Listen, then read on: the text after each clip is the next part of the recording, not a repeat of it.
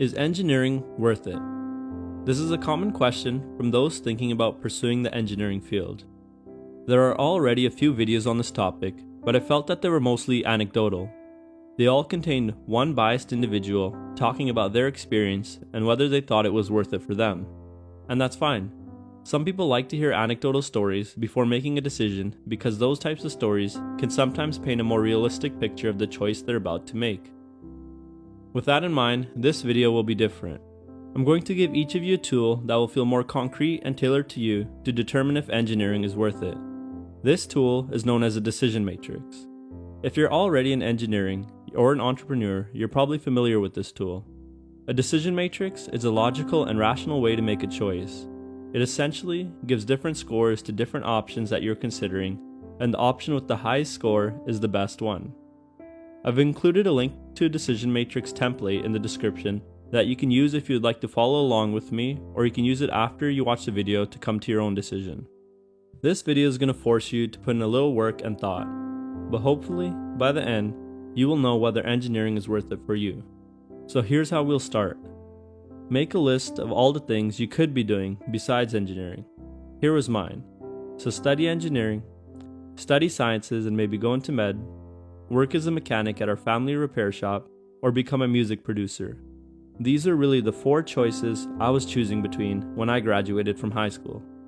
The next step is to list all the important factors that you must consider when deciding what to do after high school. Here were mine: cost, enjoyment and fulfillment, free time, starting salary, median income, which is how much you make after working for a decade or two, the barrier to enter the field, so how long before I could work in a certain field, current skill level, and lastly, employability. What you want to do now is to weigh how important each of these factors are to you relative to one another on a scale from 0 to 100. So again, here are my weightings. My most important factor was employability. Whatever I pursued, I wanted to make sure I could get a job and make some money. The next 2 most important factors were enjoyment and current skill level.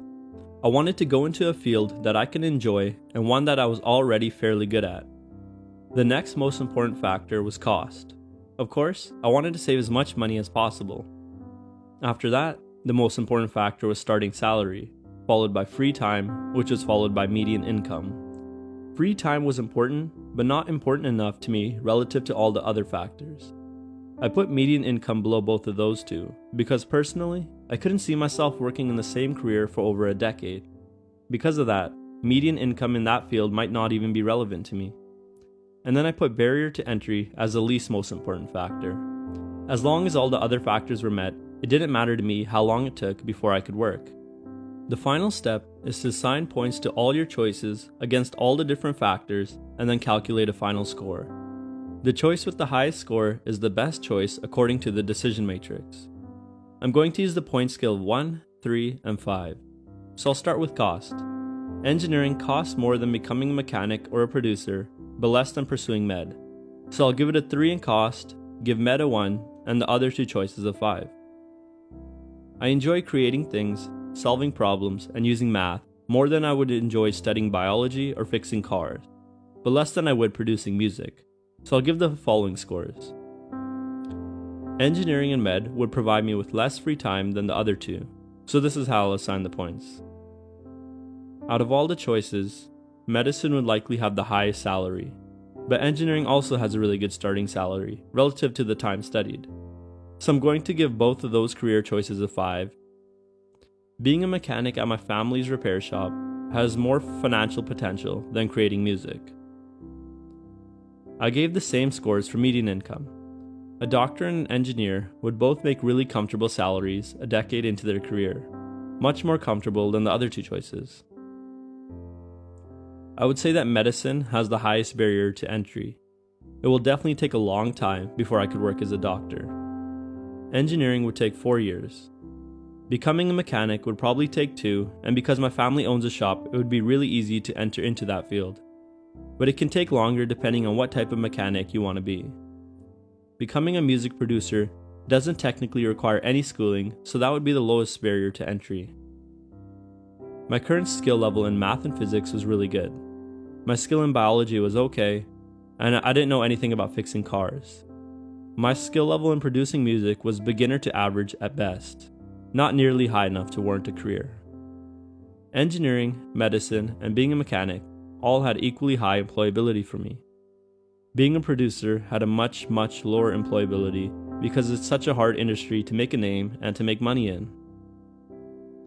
Now the final scores are calculated by multiplying the weights of each choice by the points given to each field and summing everything up. Here are my final scores: 2,240 for engineering, 1,760 for medicine, 1,860 for mechanic, and 1,660 for producer.